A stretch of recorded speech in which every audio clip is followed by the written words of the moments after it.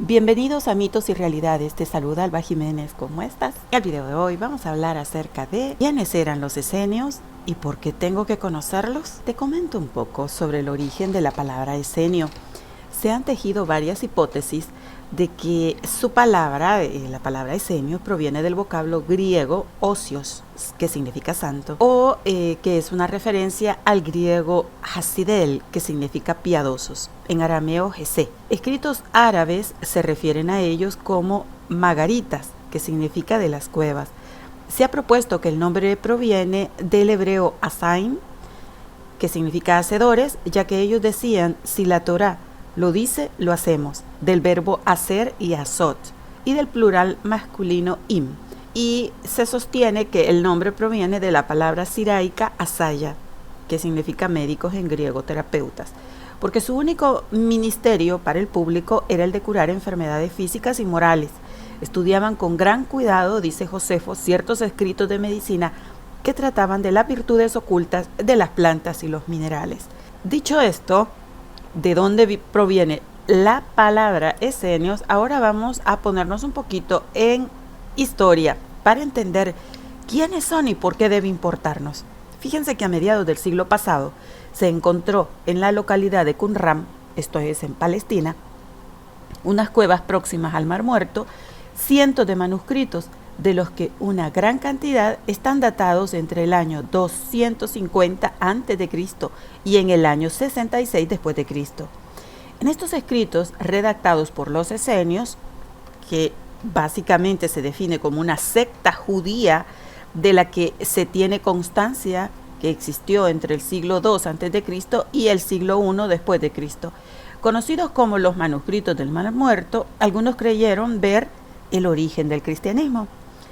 En el año 2017, después de haber encontrado los manuscritos, los expertos analizaron 30 tumbas y los resultados, según un medio israelita, respaldan la teoría de que hace más de 2000 años aquella zona fue colonizada por una secta judía y que probablemente eran los esenios.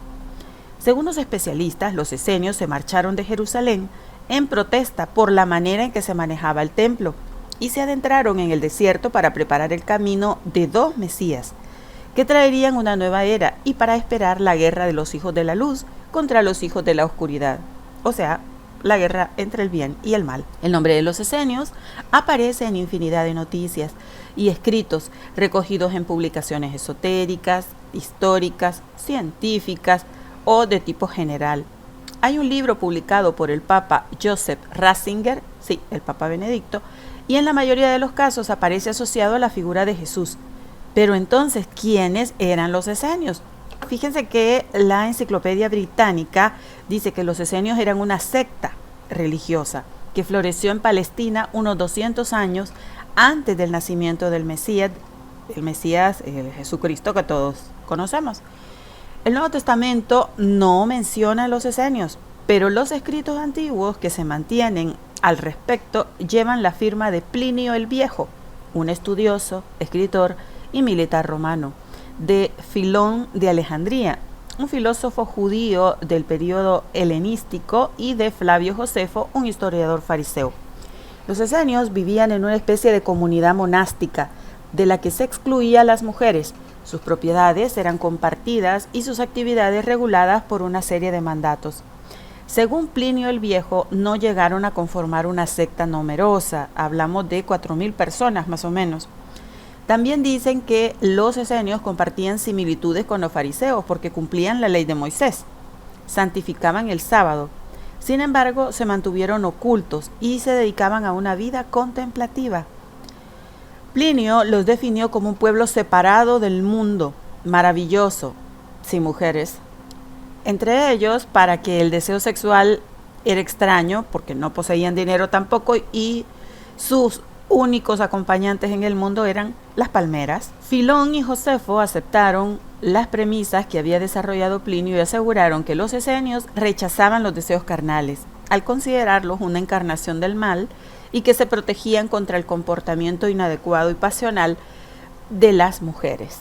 Muy bien, ¿y por qué me tiene que importar a mí los esenios? Que dicho sea de paso, no nos querían a nosotras las mujeres. Bueno, fíjense que ellos se considera ahora actualmente que eran la cuna del cristianismo y vamos a saber por qué.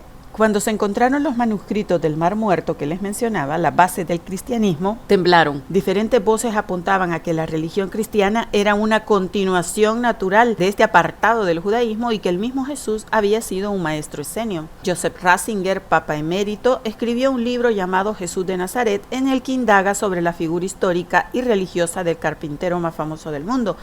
Entre sus páginas se encuentra una referencia tímida de la posibilidad de que Juan Bautista y Jesús y sus familias estuviesen relacionados con los esenios.